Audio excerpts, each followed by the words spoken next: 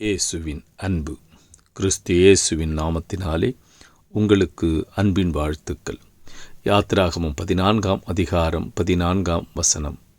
கர்த்தர் உங்களுக்காக யுத்தம் பண்ணுவார், நீங்கள் சும்மா இருப்பீர்கள். ஆம் பிரியமானவர்களே, நீங்கள் சும்மா இருப்பீர்கள்.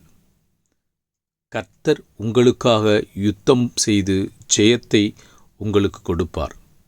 நீங்கள் கர்த்தருக்கு சுத்தமானதை செய்து அவர் சித்தத்தின்படி நடந்து உங்களுக்கு ஆபத்து ஏற்படுமே ஆனால், உங்களுக்கு பிரச்சனை வருமே ஆனால், நீங்கள் அவைகளை கர்த்தரிடத்தில் விட்டுவிடும்போது, நான் பார்த்துக்கிறேன், நான் என்னால் எல்லாம் முடியும், நான் என்ன செய்கிறேன் பாரு, நான் யார் தெரியுமா அப்படி என்று நீங்கள் சொல்லாதபடிக்கு உங்கள் காரியங்களை, உங்களுக்கு ஏற்படும் இழப்புகளை, பிரச்சனைகளை நீங்கள் தேவனிடத்தில் விட்டுவிடும் பொழுது, உங்களுக்கு விரோதமாக எழுப்புகிறவர்களை கர்த்தர் உங்களுக்காக யுத்தம் பண்ணுவார். அவர் உங்களுக்கு ஜெயத்தை கொடுப்பார்.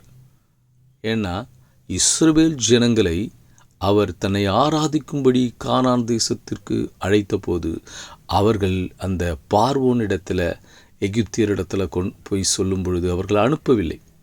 ஆனால் இஸ்ரவேல் ஜனங்களுக்கு விரோதமாக எழும்பின எகிப்தியர்களை, பார்வோனுடைய சேனைகளை கர்த்தர் முறியடித்தார்.